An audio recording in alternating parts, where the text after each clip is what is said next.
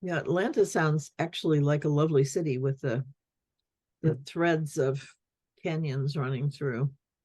Oh yeah, we love it. Okay, I've figured it out. It was in I don't know how to pronounce it, but is it Macon or Macon? Macon. Macon, yeah. That's where it was. Macon, Georgia. Yeah, that's sort of the second city. I mean, if you don't count Savannah, Macon, Georgia, so that's sort of this. I think it is the second in population. Wow. Because it didn't really feel that big. No, it's not. Yeah, Mm. it's just down the pike. Yeah. Yeah. No, Atlanta's great. We have a world-class symphony orchestra, which I love. There are theater groups galore. They're just all over the place. We have a favorite, so we go to little plays. Yeah, there's a lot of, and then of course there's, hip hop music. If you're into that scene, it is huge. Mm-hmm. I'm not, but I do love bluegrass, and there's a lot of that. And then there's the university and Several, yeah. yeah. Georgia Tech's my favorite though, because Mm-hmm. that's where all the scientists go. I love it. Right. Yeah. And they have a very good architecture school. I'm an architect, so I go down there. I've done critiques of some of the students' work because I've had friends who taught there. Mm-hmm. Neat. Fun. So, Kathryn, I bought that book that was Ani suggested, the one on the common good. Peter Yeah. Block. Peter Block, yeah. He's amazing. It's very well. I've lived my whole life that way. I found out. Nice. I mean, it's just and I love the way he singles out the business perspective very precisely. He singles that out, and he even goes at the beginning. He's saying, look, at this isn't about capitalism or any type of economy or any type of religion. Or he said all of them use the business perspective.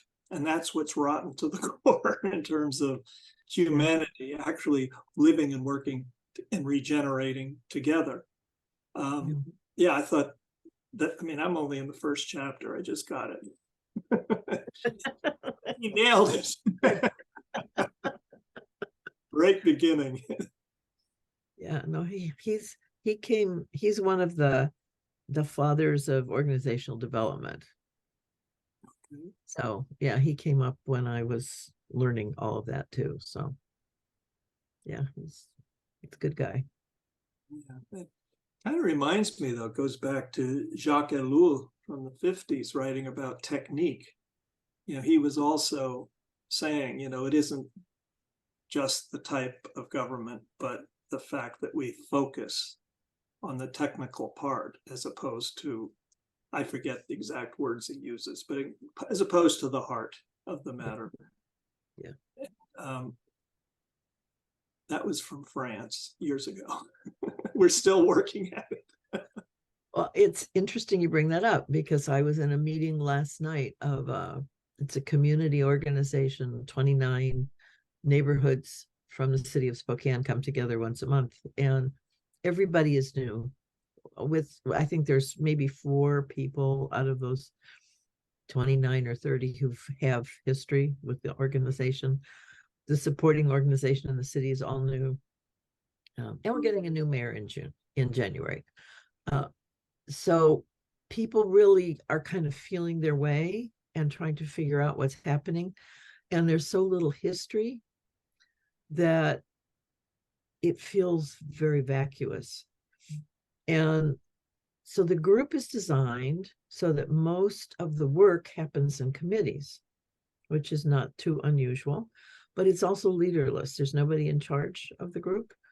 We have a small cadre of people who are elected every year to set up the agenda, but that's almost the only thing they do. And so people get on and they go, what are we doing? Because we're not like doing anything, you know? And a lot of our talk, especially lately, has been on policies and procedures and that kind of stuff. And we used to get people from the city coming and sharing stuff with us so that we knew that. And the people with the agenda have not been doing that, or they haven't been asked to do that. I don't know how that works. Whether that, I don't know what their experience is right now, because if people haven't asked them to be on the agenda, they wouldn't be. But there was a movement by some of the neighborhoods to write an ordinance to give to the city council to get them to repair a bridge. And that happened in a committee. And that committee really worked at getting every neighborhood that was impacted by that bridge to get their feedback. But there's one neighborhood that's just a few people and was not there. So when we came to the big meeting, he was kvetching. How could you put our name on it when we weren't there? You're speaking for us and we weren't involved.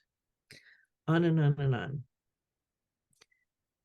And there were two problems with that. One, he could have been there and he wasn't for whatever reason, which doesn't nullify the work of the committee.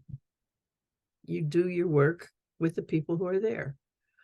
And so that was the point I made. But this morning, I'm really thinking very much about how we create our worlds. And so his creation of his world in that space was, you left me out. Wah. You know, you're not thinking about me. I'm not part of the group, all this kind of stuff. On the other hand, there is an option to say, oh my gosh, the committee thought of us. We do want this. Even if we weren't there, they have our back. Isn't that wonderful? That was not the story he was telling, but that is an equally valid story to tell about that situation. And really clear how we have a choice to come from our egos. Gee, you didn't talk to me. Or from our heart, thank you so much for thinking of us. And they're still present in that same situation. But the story that you tell in public, and his was, I wasn't consulted, how dare you, is the one that everybody remembers and becomes part of the history of the group of, oh, we're not really taking care of each other, which isn't true. So that was just, so I'm going to see what I can do to interfere with that. Now, how do you erase memories like that? I don't know that you can erase memories, but I'm going to coach the two people who are in charge of the meeting to think about that and to see, because then we'll be talking to the guy. And I mean, it's all learning, you know, everybody's learning. And so if they can begin to see that more obviously and easily in a situation, then maybe they can bring it up at another time. Because we're really not reflecting on us in that way.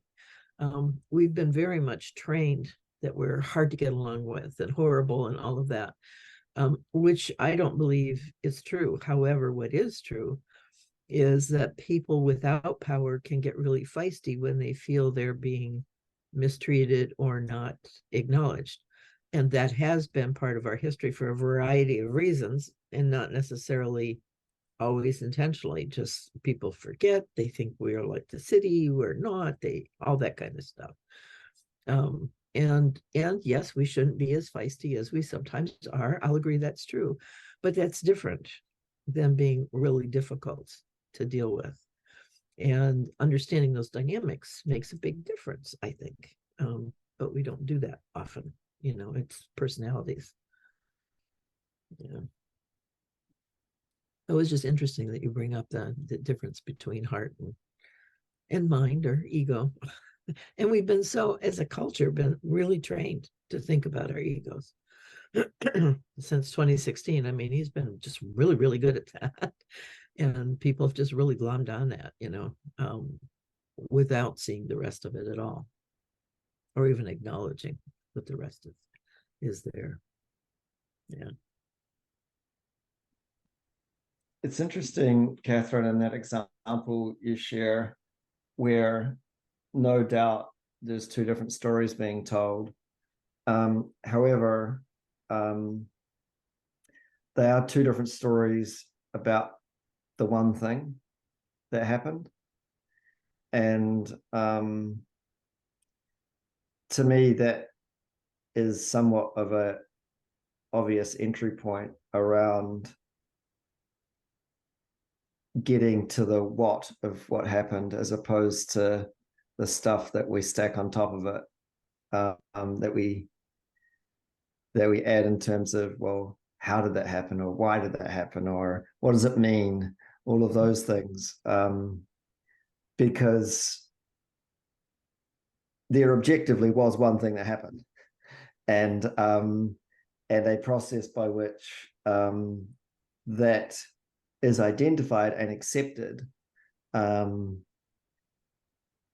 can be a process by which, like, common ground is found to then move forwards from, in ways where it's not possible to get there from two different stories. Yeah. And I don't think we have that skill. It's just, that's one of the reasons why I'm hanging around there. There, to kind of try and reflect some of that back. I didn't do as good a job last night as I would have liked. But because they're just, like I said, there's no history. There's no people to stand up and say, hey, we really do this. And we forget the amazing things we've done that the committees have brought forward. I mean, we were the first group in the city to talk about homelessness, and we got landlords and tenants together. Nobody else had done that, and we've been building on that for since 2016, basically, in various ways. Different departments have taken those reports and have integrated them in work they've done without any acknowledgement at all. So it's just kind of now what happened here, but nobody really knows where it came from. So we don't tell the stories to each other even, and without having that history, I mean, there's like maybe 4 people that remember that. And I don't think anybody who was involved in that is still on the committee. So you just, you forget. Those kinds of things just disappear. And so those stories, that's why history is important to some extent, as you get a sense of what happened here. And right now there isn't any of that. So people are trying to create a what happened here, and they're finding it difficult because it was designed to be without a leader, so that every neighborhood has an equal voice. So somebody couldn't come in and hijack the whole group because of their desire. I mean, it took them almost 10 years to get to that point, with lots of hijacking and lots of agendas coming in. And then, and I see new people come in, and they look around to see who's the power person that they can go talk to and get their agenda, on the table. And they can't do that. They have to get all of us on the table with them. If they have an agenda, there's nothing wrong with an agenda. You just can't power through. You have to get agreement on it. So you've got to share and work. And people don't understand that. They've, it's just not their normal experience in committees and that kind of stuff. So we had a whole big movement by 2 or 3 new people to create a leader. We really want a leader. And it was kind of shot down. But yeah, so it's interesting. It's just very interesting. It's such a different group. And it's not, that was the other thing I don't know if you're familiar with the guy in that. But Dan, he's on the network. And the interview that I did with them is on the network in Inspiring Interviews. So I really recommend it. They have really, their intent is to create new cities. So they're being very intentful with how they come together and who comes together. So you can't just say, oh, hey, I want to join. They have to invite you. So they've already vetted you to some extent by the time you're invited. And then they have a whole onboarding process so that you get familiar with the structure and how to participate and all that kind of stuff. But the group I was talking about is not committed in that way. They're not going to spend the time that it takes to develop the relationships you have to be really effective in a very open community. Because that trust is built through relationship and through the experiences you have with each other. So if you don't have experiences, it's hard to have that trust, and we just don't. We come together once a month, and some of them don't even talk with each other during the month. So it's just really hard to develop that kind of relationship in that situation. Yeah. That's a really low potential situation. Like the aspirations that a group might have with that level of interaction should be really small, but often they're really big and they're out of alignment for that reason. Yep. Part of this conversation has made me think about Margaret Wheatley's 4 questions. Who else needs to be here? What just happened? Can we talk? Who are we now?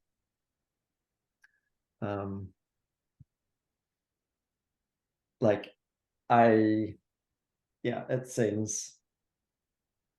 seems relevant to what we're talking about in this moment, at least. Yeah, something else that I think is relevant is actually something that Kathryn wrote. I don't know if you read what she sent out a couple of days ago. Oh. But basically a call to action. But you make a very solid point that, we're all very, very different.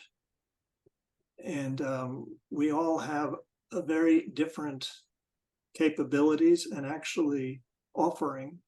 What I have to offer is actually kind of unique if you really focus it down.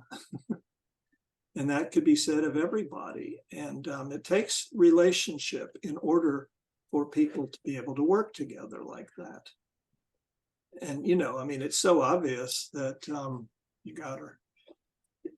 It would seem very obvious that, of course, if Joe can offer something specifically here and I can offer something over here, and we would automatically start to investigate how do those link together. How do we join forces?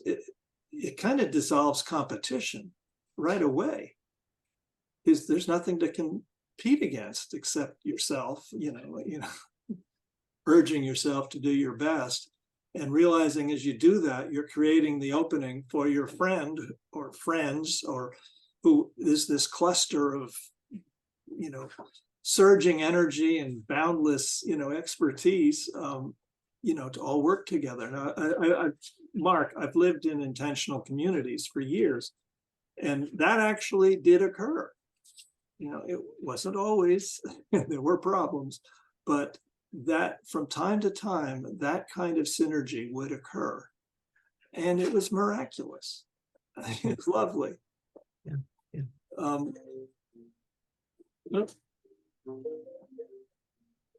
You answer that. I thought it was my friend spam, but it's actually a client. So I'll catch that later. They'll leave a message.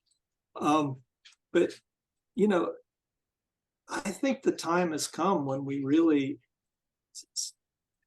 start talking about this in the, in a larger sphere, larger audience. And I know people have been for years. It's been around forever, but it needs to get out in the public arena. I don't quite know how that's done. Well, what's the it? It is Relate. is a cooperation among people because of the fact that we are a differentiated grouping, wherever it may fall, whether it's the small grouping that Kathryn was talking about, a set of committees made up by local neighborhoods in Spokane. But any organization that's brought together to accomplish certain ends is going to have different people who all have something to offer. And it's how do we get to that point where we're not competing, we're not looking for the leader, the expert, but instead are offering our expertise and leadership and allowing that to flow freely, And being received for that. That's the other thing. well, then it flows freely between people. It seems to me we have to accept the fact that we're in a species stage of conscious evolution, which means it's about being authentic. It's about what's going on inside of us in the moment and sharing that and being open with each other, because we need what's coming up. We need what's emerging in us and to share it with each other. Yeah. Oh, but there's so much more to it. I mean, there's another group. A woman just stepped in to be part of the group, and she offered to be secretary, and she's never done that before. So she took notes for 2 meetings, and she shared the notes from the second meeting, and people just were, oh, but you didn't do this, and you didn't do this, you didn't do this, it should have bullets, it should look like this, it should be like that. And she's like going, oh, I did the best I could. I'm feeling beaten down. And all of the yammer inside of her makes it really hard for her to hear the support she's actually getting to make herself better. So there's lots of stuff in this relationship thing. I mean, it's just nice if we're all oh yeah, I'll accept you, but you get all this other stuff. People just have crap that they bring forward, or self-doubt, or, it's all crap, all that kind of stuff. And it just makes it hard for people to hear other people, or to not feel like you're doing something to me, even if you're not. That's why I hoped COVID was was providing for us a time for self-reflection, a time to be with ourselves, to go inside of ourselves and to work out all the crap so we don't project it when we're in conversation. Yeah, look, not everybody's there, trust me. Well, that's okay. We still hold that as the banner. Yeah, but you have to work through that, and you have to work through that with everybody. Yeah. So? Yeah, well, sometimes people don't give you permission to do that. I mean, that's something that you see should be there, and they don't care. That's just who they are and how they are. And if you don't like it, tough. What's the positive outcome from this dialogue? Well, I don't know. We were just really thinking about the different complexities that you get in different groups and how to deal with that. Oh, well, one of the backgrounds, Ani, is that I started off saying that I had bought the book by Block, about the common good, and I'm loving it. And so, and I just made the point that, well, I compared it to Jacques Ellul, that it's, instead of being all in the mind, in other words, a technique applied to the economy, a technique applied to how a religion comes across in people's lives. You got to consider the heart. In other words, what's behind that? And that, how he talks about the business perspective, that's, to my mind, coming straight out of the heart. And as opposed to condemning straightforward, the capitalism. That's in the first chapter of the book. He's not saying the business perspective is the perspective. He's saying the common good perspective is the perspective. Oh, no. That's how he refers to business, as opposed to just condemning capitalism. Right. No. From the very beginning, he's Right. definitely comparing Right. business perspective to the common good perspective. Yeah, he doesn't trash anything. Right. Which is very clear. It's a beautiful way to start, because to start by condemning something, you're back in the same old he said, she said. Yeah. I just, with the sentence, I just try to, my contribution to the dialogue about capitalism is only, you can't put one in and take two out and expect that's going to work for long. But of course, that's a whole different question than what he was purporting to say. Was, how do we clear our minds so we're coming from a different perspective, and we can really live and work together in a way that's truly relational. I mean, because he uses that word a lot too. Yeah, because it begins with a relationship with herself. True. I haven't gotten to that point in the book, but that's certainly where I began. Well, I haven't either, but I just know that as a truism. Yeah. Self-reflection sometimes is a butt kicker. Some people don't do it well. Yeah. And so working with that, that's the other thing. That being able to accept that kind of approach to life, even though you can see the limitations, but still being able to work with it. Yeah. I'm just so conscious of the fact that so much of what I've been choosing to read leads me to understand that we create our reality by what we say. Yep. And so forums such as this, where we're talking, it's really important to me for us to talk about what's working, what the answer is, what the principles are, the higher consciousness talking, higher consciousness, talking from a place of higher consciousness, or we just create, talking about the shit we don't like, we just hold it in place. Yep. Hey, say something, Mark, about that.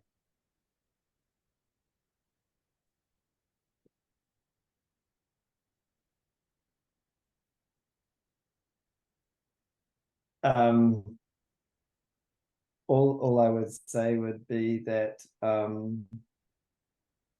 what I hear when you say that, Ani, is that there's a big, I'll say it this way, when conversations are generating something, it matters. So if we find we're in conversations that really isn't bringing anything new forward, it's a pretty good red flag that it's a distraction at best. Well done. Yeah. Thank you. Right. And so that, just keeping that in mind is wonderful as we talk, because it's so easy to slip down into, verbalizing what doesn't work, what's not working, and it's a waste of energy. But I'm reading another book that's really, it's actually kind of blowing my mind, because you talked, Ani, you mentioned something about, being with sort of a universal consciousness that brings thoughts into mind. So human beings have been copying, for, millennia, have been copying the natural world, in their machinery. in the 1800s, a lot of the machines had flowers inside. I mean, they were decorated. The cast iron framework is a riot. But what I'm specifically getting about it is I'm reading this book on consciousness, and it's called Mapping the Brain. Mm. And they can actually, I don't quite understand this process, but with MRI imaging, they can actually image the collective pattern that's created in a monkey's brain while it's looking at something. And they can get an image produced by that. And it's slightly different from what the image they were showing the monkey. And what it occurs to me is that we took all of this, what we have up here, this machinery, because there is a machinery there, even though it's cellular. And they're finding out that the cells, the brain cells, work within the same principal circuitry that operates in our computers. We've recreated it, and that just astounds me.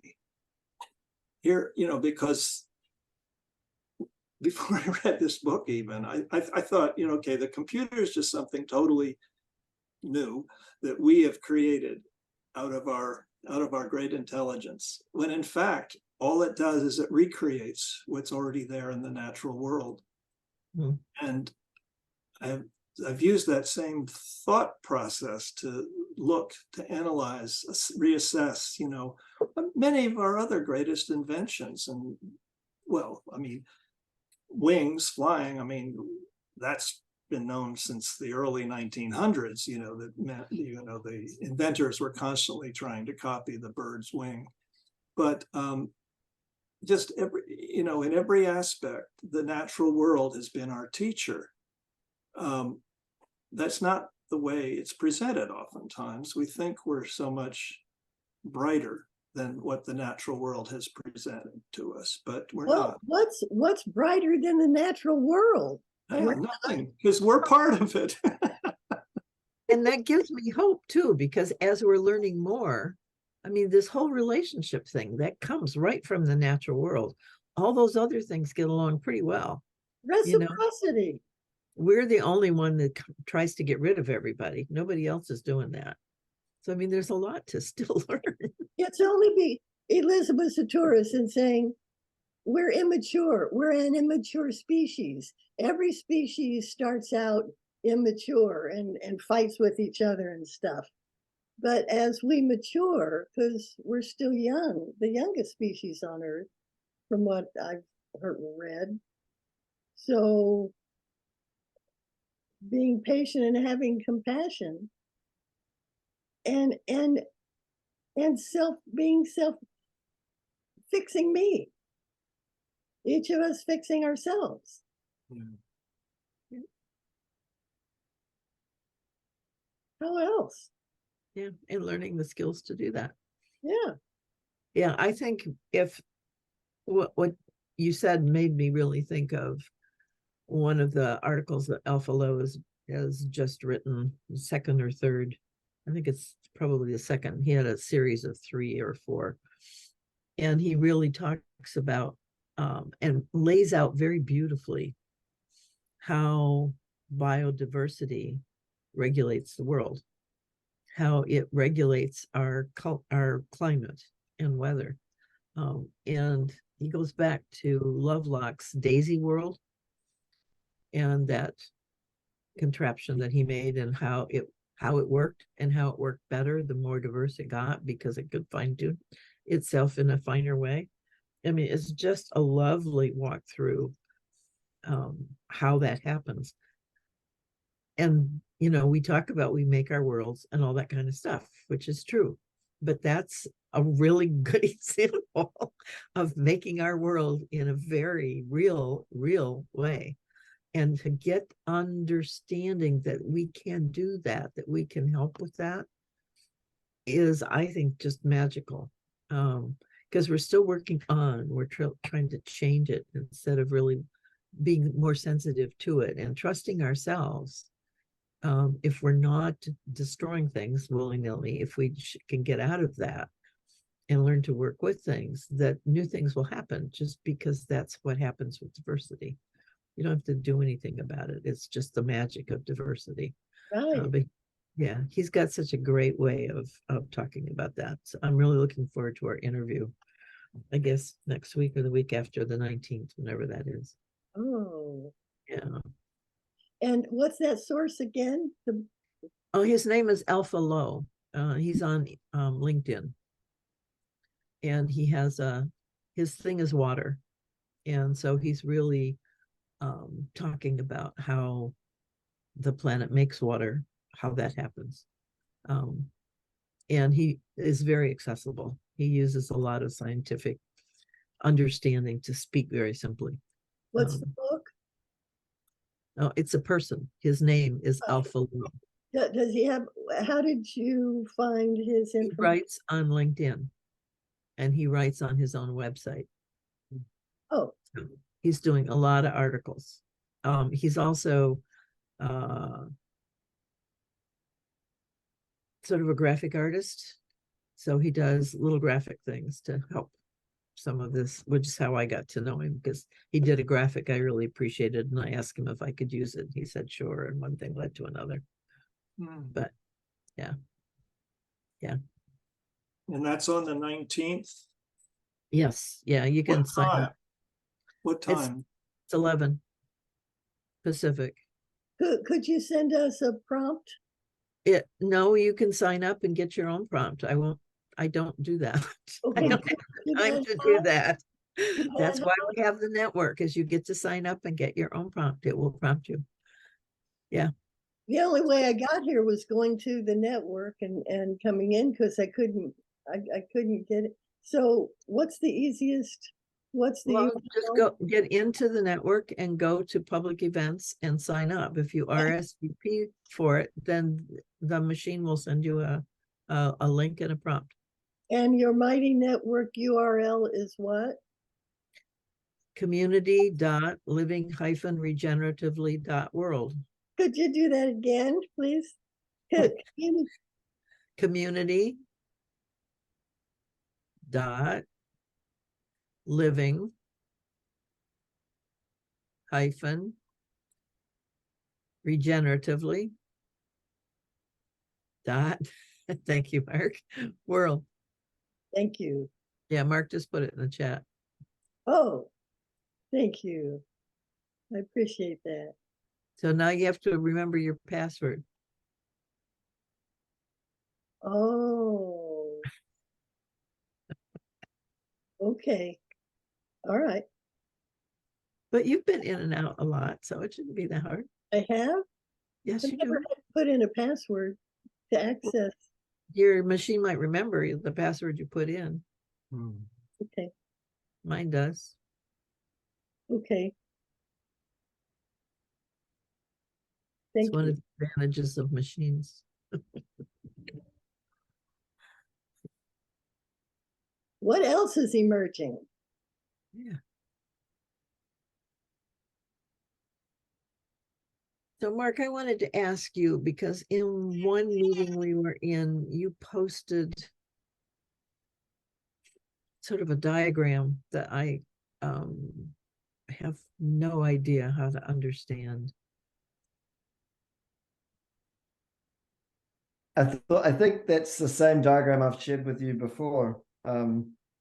Maybe it didn't come through. You don't recall it. What was it saying? I don't remember the context. It was a series of boxes with numbers or references in them. Oh, yeah. I mean, that's the annotated or cited version of the framework that I use. Okay, yeah. So say more about your framework.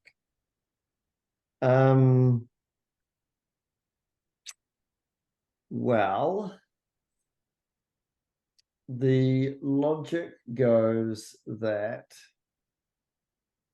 what we're all talking about here is us moving towards a moment or a time where humans are living in relationship with all of the living world,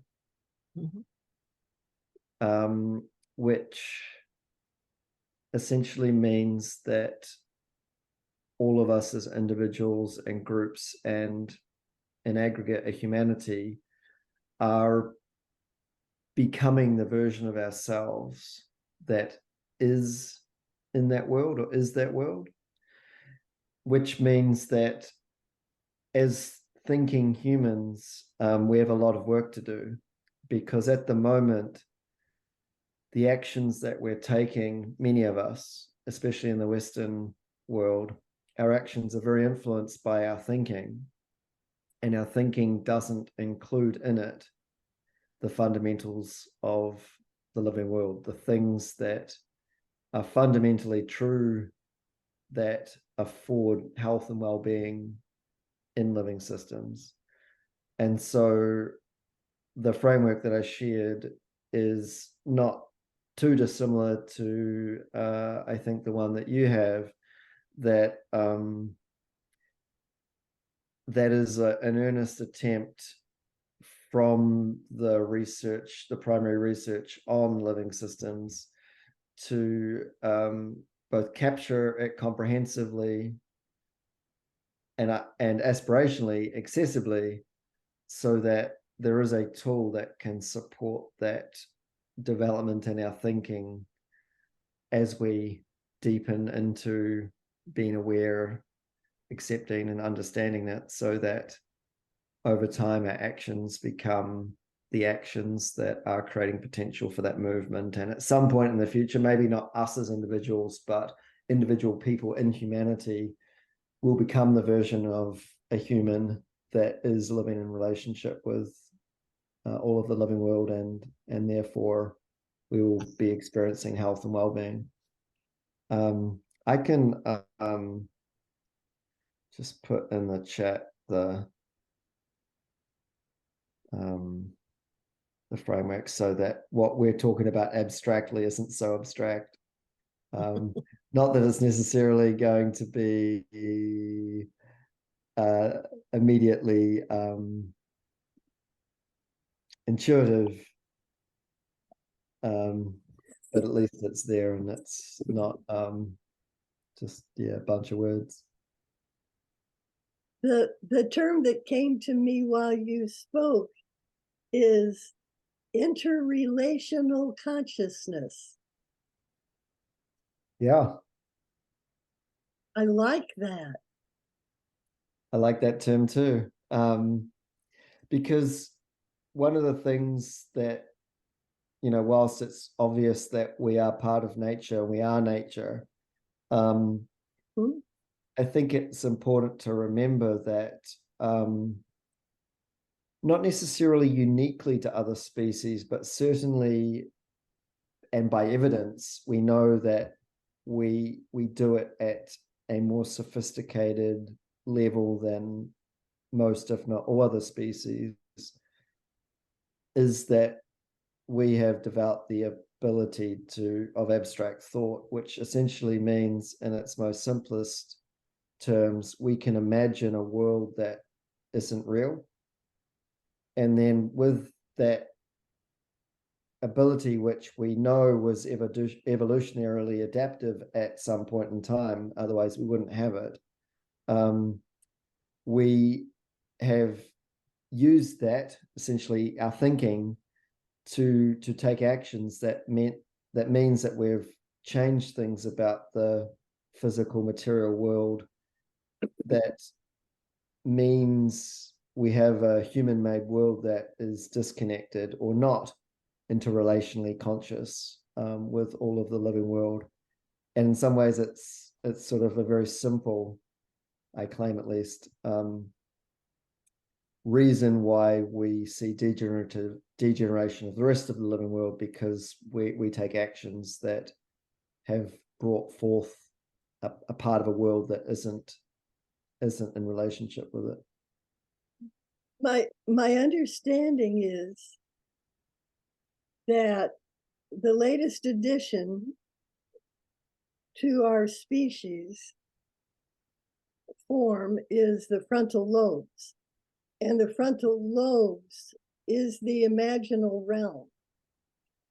And our brains don't know any difference between what's actually happening and what's in our minds, you know. I mean, so we can create a reality. We can create the reality that we imagine if we were to be disciplined in our imagination to have that an evolutionary phenomenon.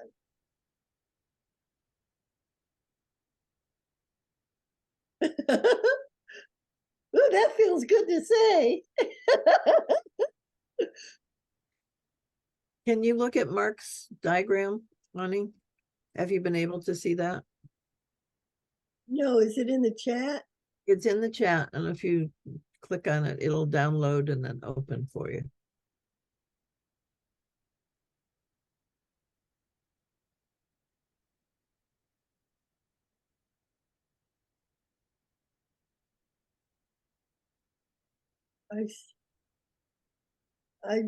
Oh, there. Hmm. Oh, let me take a screenshot of that. Well, you can download it and it'll be on your computer. Right, I just want to make sure. Yeah, and there's two parts of it. So there's the diagram and then the verbiage. Yeah, I see the text. Oh, okay. And I'm gonna copy that too. Just to make sure. Okay, good.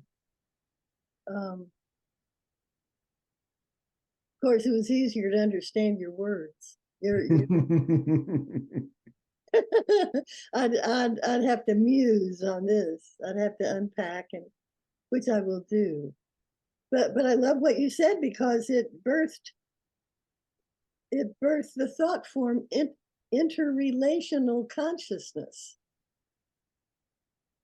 Because is that basically what you're doing here on the chart? Trying to come to that, or what? I guess two things I would say. Like, I think that it's important to talk more about consciousness at some point, but before that, in terms of like, what am I trying to do?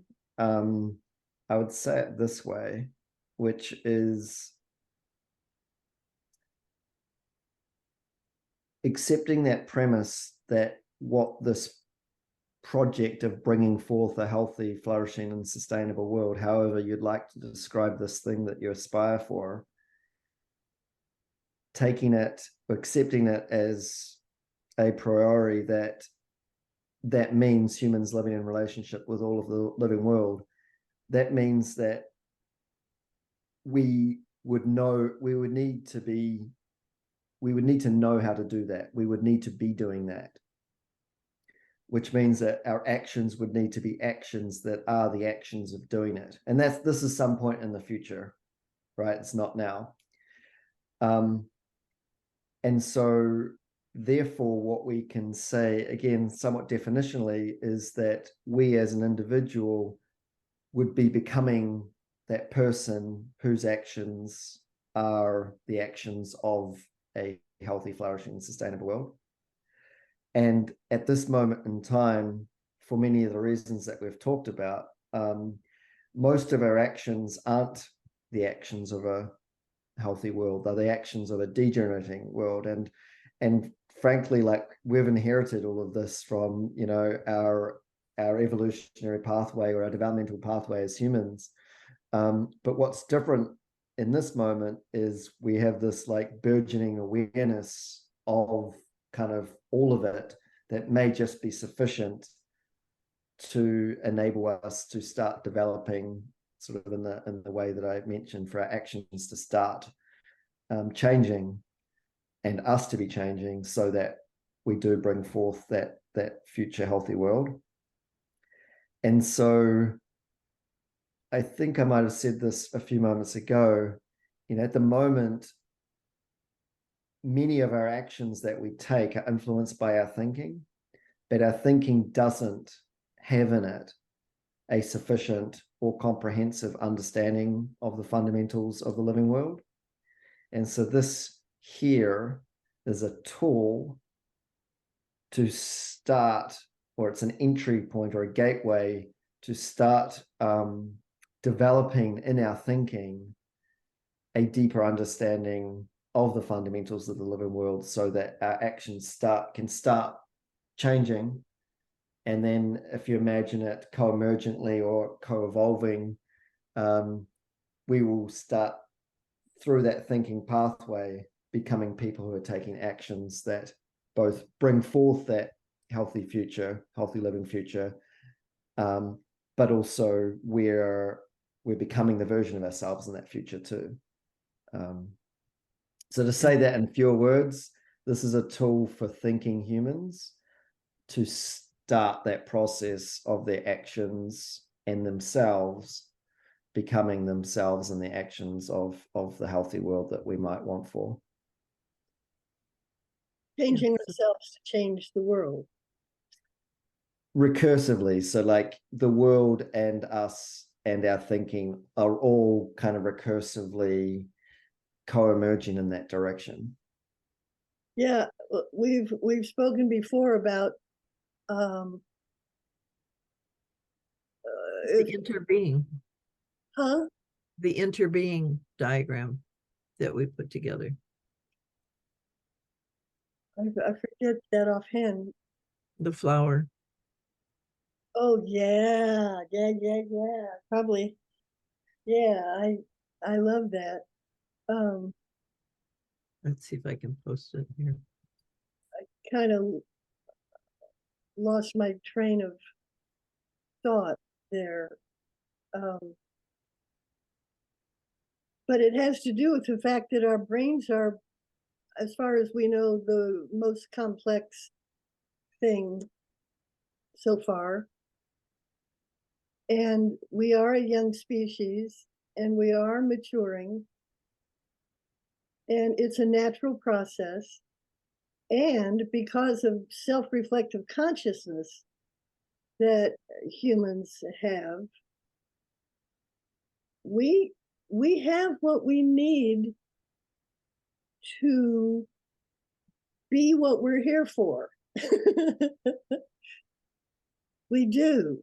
We have everything we need to enact the design of our species as something like that.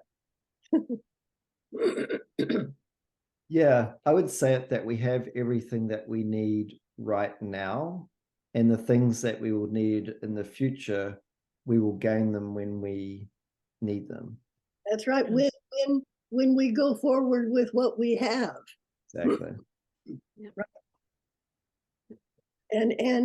And once again, I just interrelational consciousness, that makes me feel my entire body. I can feel cellularly when with this interrelational consciousness, because it's not only my own cellular body, but everything, because it's part of everything. We're part of everything. It's so cool. Yeah, it's a great phrase. One of the things that came out of N-Rhythm for me the other day, he did a presentation on health. It's part of their framework. And he was making the case that in order to move forward, we're so used to measuring stuff, and yet it's not about the stuff we're measuring, it's about the context, which requires monitoring, which is a different way of being. And the monitoring is really what he's bringing forward in his group. to think about how to monitor situations as opposed to counting them and quantifying them. Because we have a sense of health, but you can't really say what it is. You can't give we've got measures, we've got temperature and blood count and all that, and that's good, but it's not enough, because the health of the whole system is not really shown in the fact. I mean, it's impacted by the fact that you have all these numbers, but it doesn't really talk about what health is. But you can monitor, you can sense, you can have this feeling of context that we don't usually use or validate as a legitimate way of looking at things, and bring that forward so that we're more sensitive to I would say, in my phrase, would be sensitive to the life in the situation, because that's what we're really monitoring for.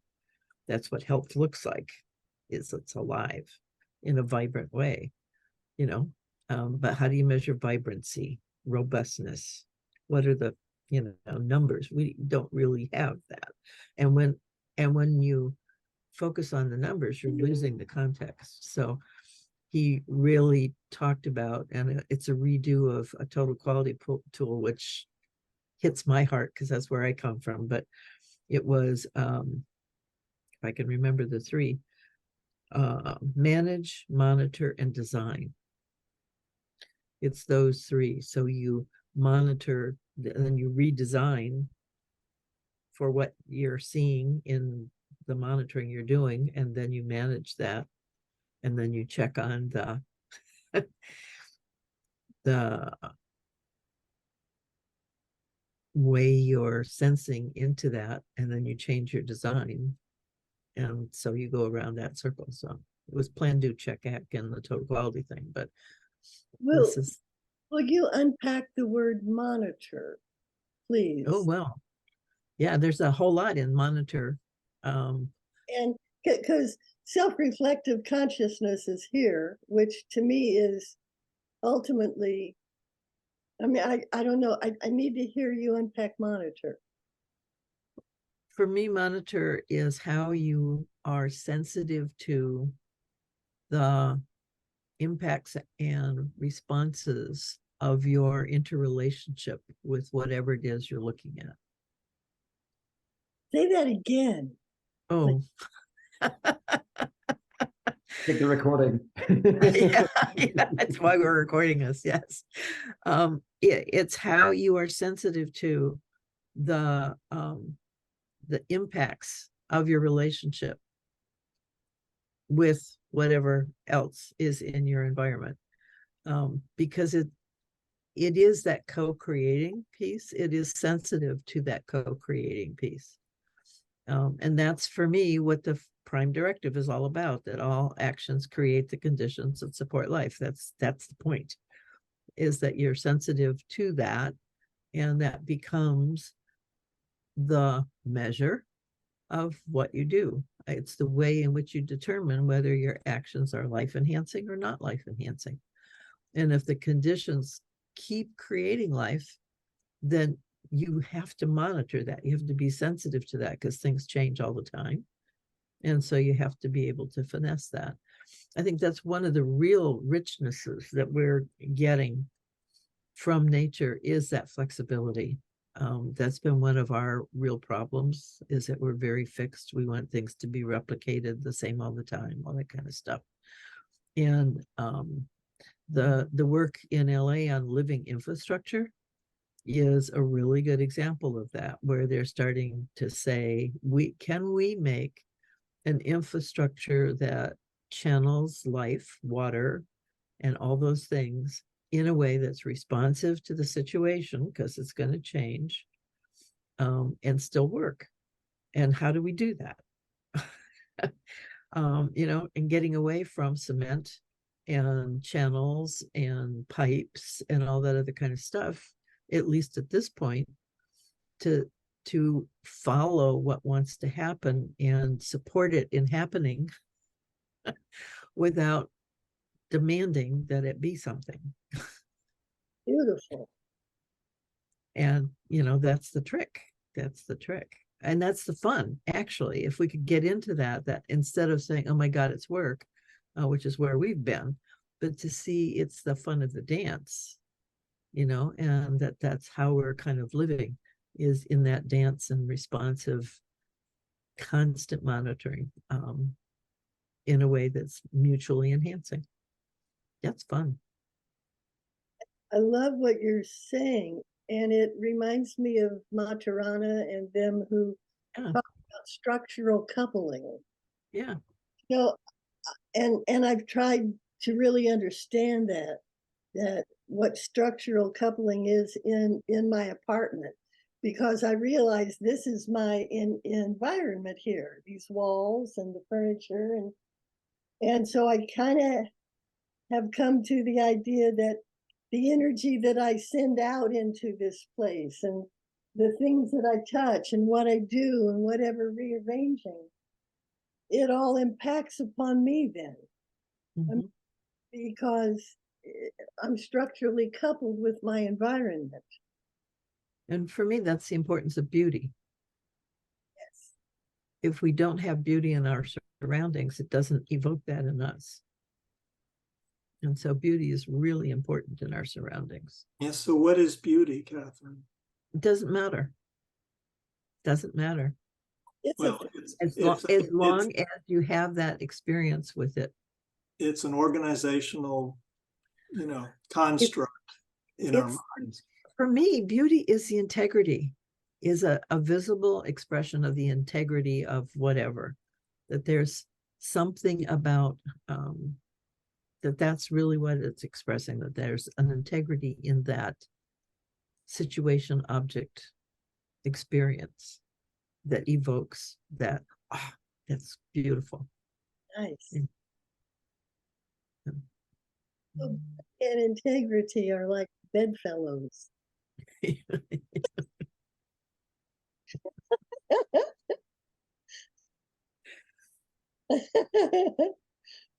Oh.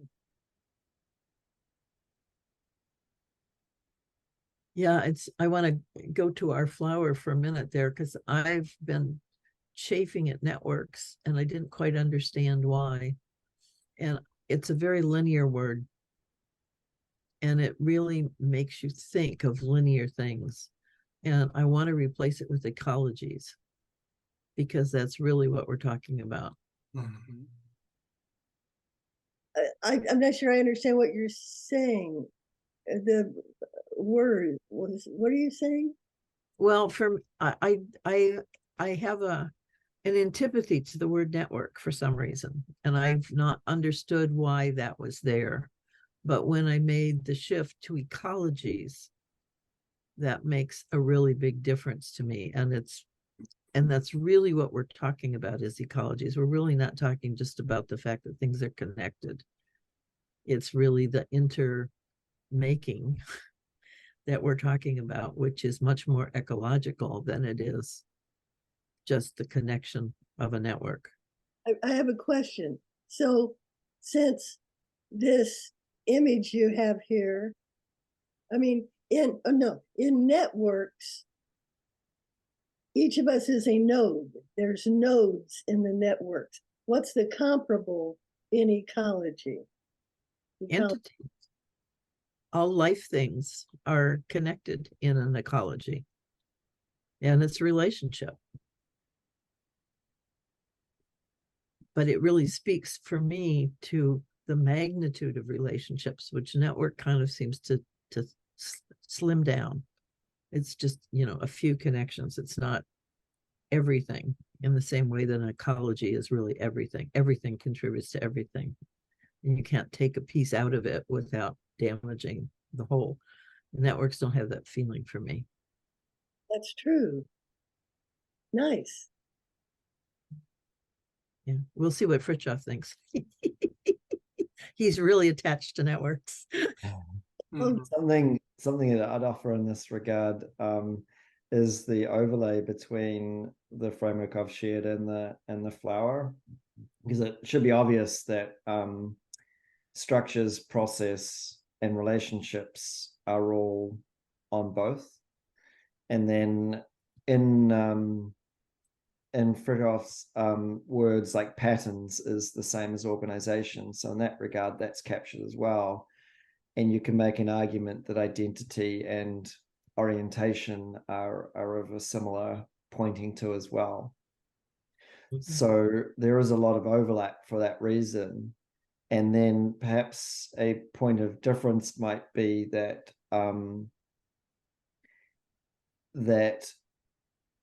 and the thing that I seldom see in other models is that, like, double click, okay, great, it's structure, but what do you mean structure? Like, if we're looking at a living being through a structural lens, like, what is it that must be present in that structure for it to be capable of life?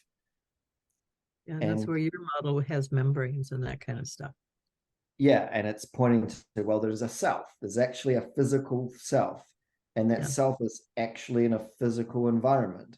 Yes. And Bodied.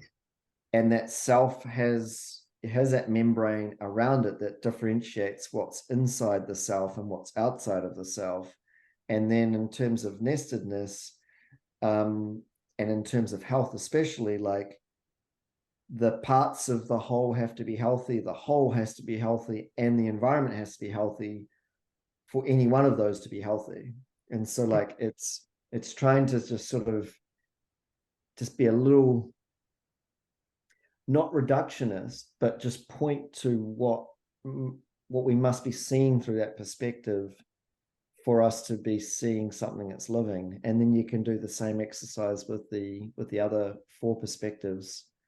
And so in some ways, like, this is my biggest beef with, like, Capra and Maturana and others, is that they have much of this stuff in their work, but it doesn't seem to be like presented in a connected enough way to be understood. Sort of It's simply not living. enough. It's not living. And, well, I mean, a framework will never be living unless it's literally like something that's, like, changing. But it doesn't have to be, quote unquote living, but it does have to be earnestly representing what it's pointing at. And I think that Systems View of Life, I mean, that's a thick book with lots and lots of words, with lots and lots of stories, and that's great. But, like, does someone come out of reading that book with a framework, not my framework, but a framework that is so clear to them that they can now go, oh, I understand the fundamentals of the living world that I'm a part of intellectually, and now with that understanding, I can use it to inform what I do. And that's not what I find often in a comprehensive systems way, Capra's work.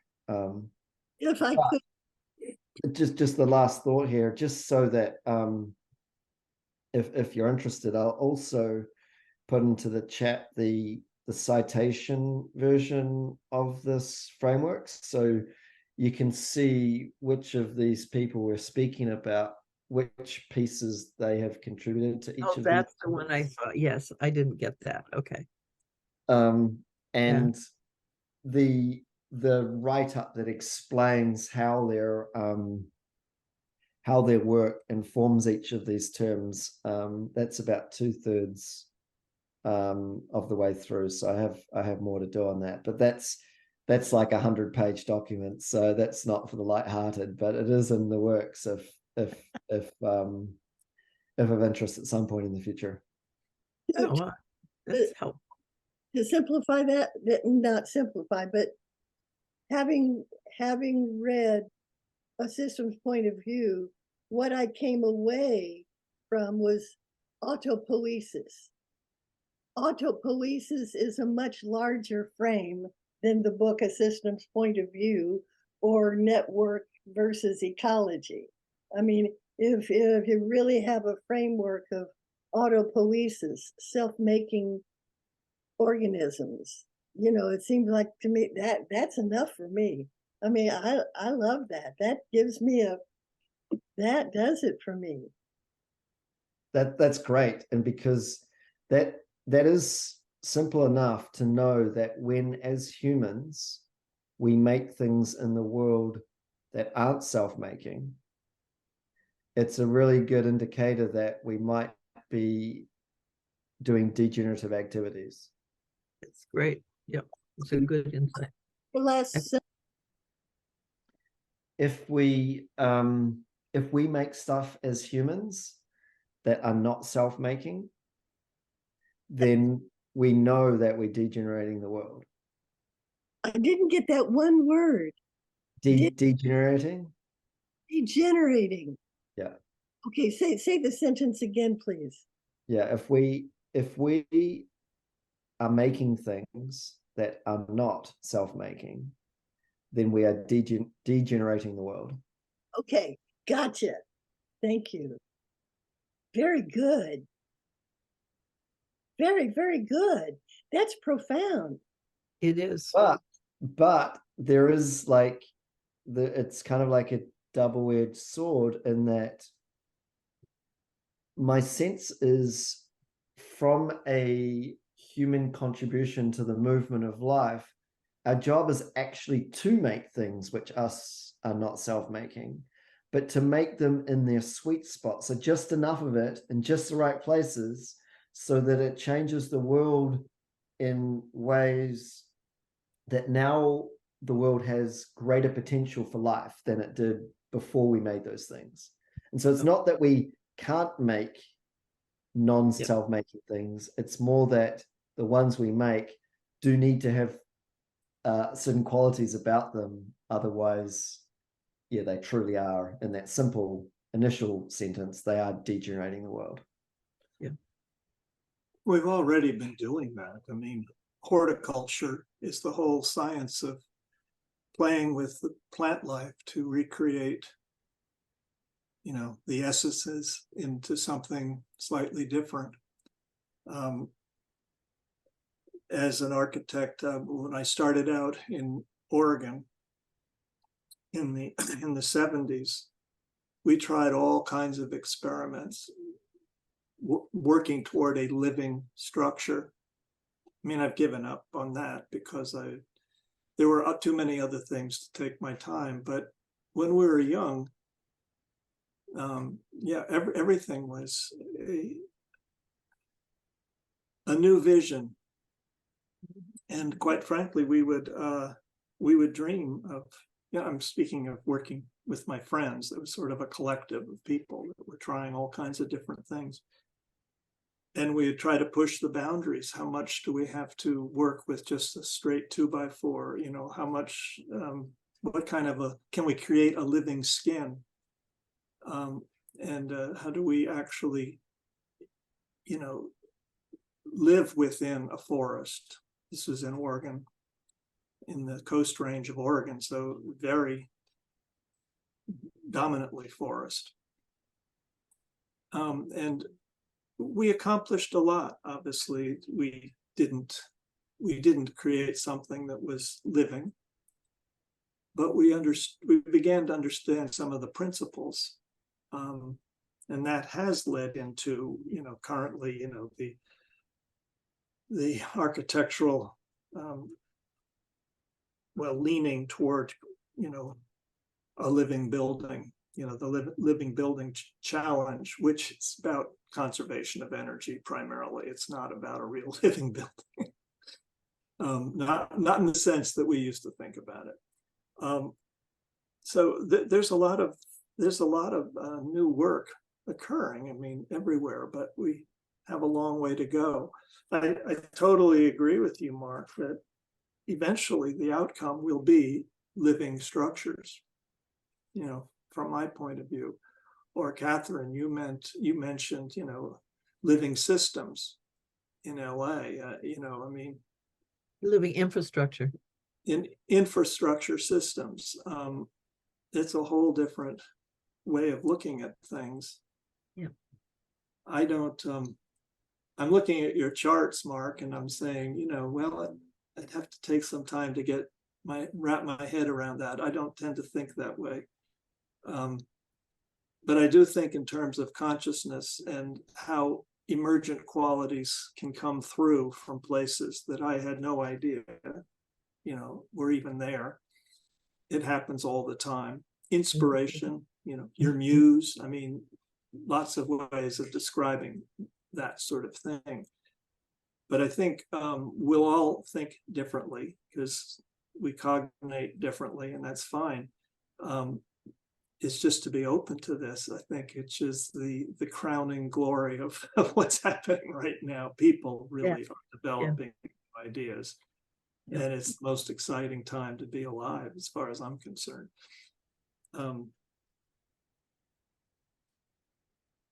Keep up the good work, because we're all doing it in different ways. Yep.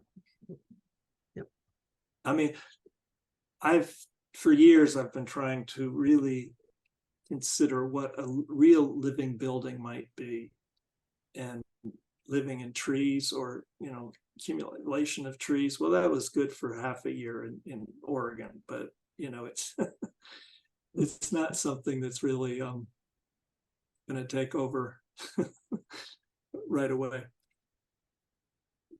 I think the whole environmental, you know, the challenges in the architectural world toward, what's it called, 2030, you know, the challenge that 2030 has to do with moving architecture toward a living architecture, understanding what that is. I think we have a long way to go, but it is amazing. The schools have totally bought into it, and they're really working on different approaches. And some of this, that's why I go down to some of this student critiques, and I love, some of them are wild. And there's enough of an edge to what the students have come up with that I'm just really, you know, ecstatic, looking and trying and understanding what these youngsters are creating. And it's all, none of it's truly available now, but Georgia Tech had a whole course on mimicry of the natural world. And this woman who taught it, she was just, I would go and sit in on the courses because it was just like blowing my mind. So there's a lot happening, Mark, but as you say, you're sort of charting it on into the future, which is valuable. It's necessary, because we've only gotten just so far. The one thing I would point out, though, is just how diverse humanity is in consciousness. And I think consciousness overall is the body that, you know, that's even more important than the physical body. And I think that we are exploring new worlds very rapidly. I don't make charts like this, but man, I'm excited by the work that hearing you speak, and Kathryn as well, for what you've created. Excuse me, Yanni. No. Can I ask us to reflect on what just the term that emerged, the interrelational consciousness? It seems to me that if I would reflect, if I would reflect on the term, the phenomenon, interrelational consciousness, that it could become a tool for me to use in moving through the world, in seeing things, interrelational, which would basically change who I am as a species in ways that would be conducive to life. Yeah.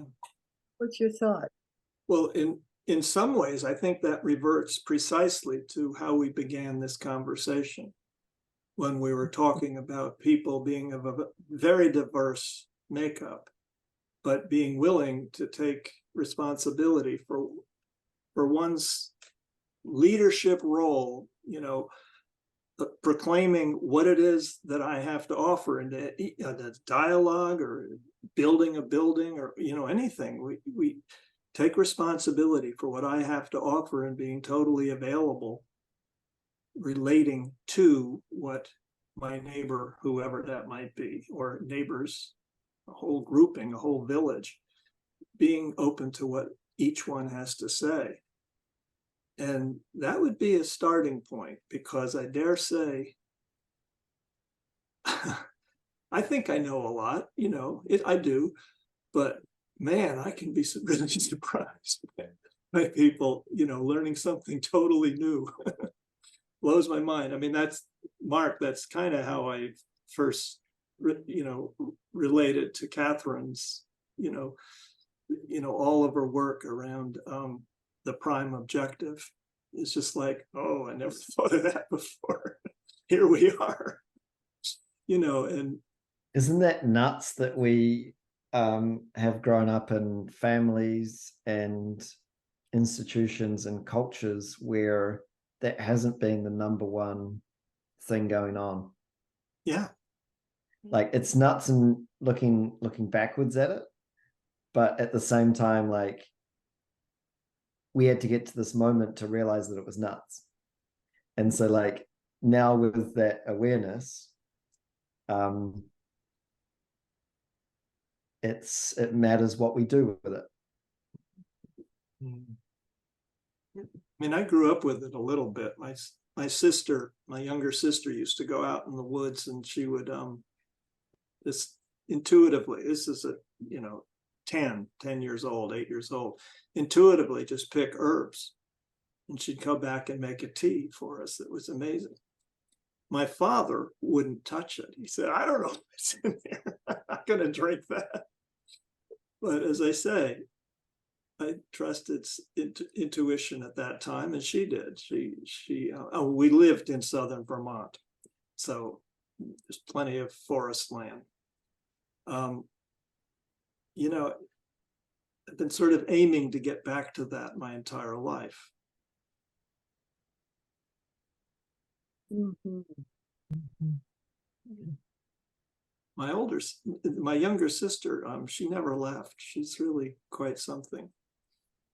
You know, some have said, oh, she's a little autistic. Well, maybe, I don't know. But Yeah. she's charmed by a whole different perspective on life, and she's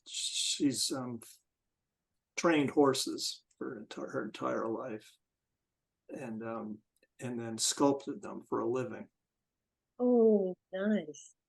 And sometimes I don't understand any other connection she has to the world that I live in. She's one of a kind. But, you know, I think we're all one of a kind. And if we truly allowed ourselves to see what each one has to offer, We have to be. it would be a kaleidoscope of fun. Yeah. Brilliant. Yeah.